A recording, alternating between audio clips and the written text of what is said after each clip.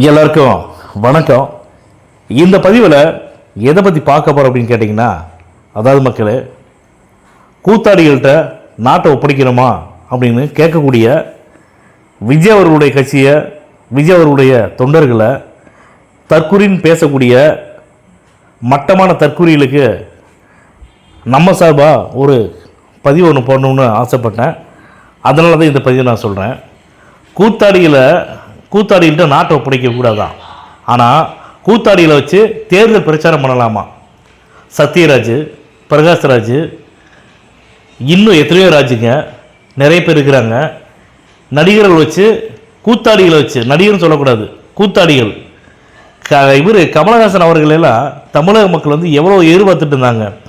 அவர் போட்டு உடைச்ச அந்த டார்ச் லைட்டில் அடித்து டிவியை உடைச்சதுலேயே, அப்பா நமக்கான ஒரு தலைவன், நல்ல தலைவன் வந்துட்டான்டா, இந்த திமுக அதிமுக அராஜக கட்சியிலேருந்து அவங்கள தட்டி கேட்கறதுக்கு ஒருத்தன், திரைத்துறையிலிருந்து ஒருத்தன் வந்தான்டா அப்படின்னு சொல்லி தமிழக மக்கள் நினச்சிட்டு இருக்கக்கூடிய நேரத்தில் அந்தர்பல்ட்டி அடித்து மக்கள் நீதி மையங்கிற கட்சியே இல்லாத அளவுக்கு கமலஹாசன் வந்து கட்சியை கொண்டே திமுக ஒப்படைச்சிட்டு இப்போ மேடைக்கு மேடை பேசும்போதெல்லாம் பார்த்தீங்கன்னா, என்னடா பேச்சு, அப்பாப்பா, தமிழ்நாட்டுக்குமா இங்கே தமிழ்நாடு இங்கே இருக்குது இல்லையா, திமுகவுக்கும் பிஜேபிக்கும் தான் போட்டியா, தமிழ்நாட்டுக்கும் டெல்லிக்கும் தான் போட்டியா.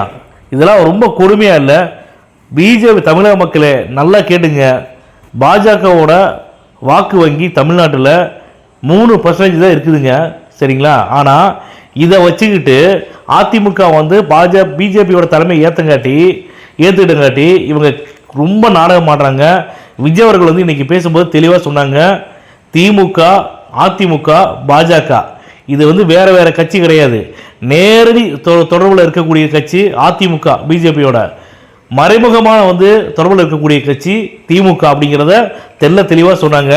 அதே மாதிரி விஜய் அவர்கள் வந்து முதலாக வந்து விக்கிரவாண்டியில் முதல் அரசியல் மாநாடு நடத்தும் போதே தெளிவாக சொல்லிட்டாங்க, டிக்ளேர் பண்ணிட்டாங்க, கொள்கை எதிரி பிஜேபியும் அரசியல் எதிரி திமுக அப்படிங்கிறத தெளிவாக வந்து சொல்லிட்டாங்க. இதுக்கு மேலே ஒரு புதுசாக கட்சி ஆரம்பித்த ஒரு தலைவர் வந்து, அரசியல் கட்சி தலைவர் வந்து என்ன சொல்லணும் சொல்லுங்கள்?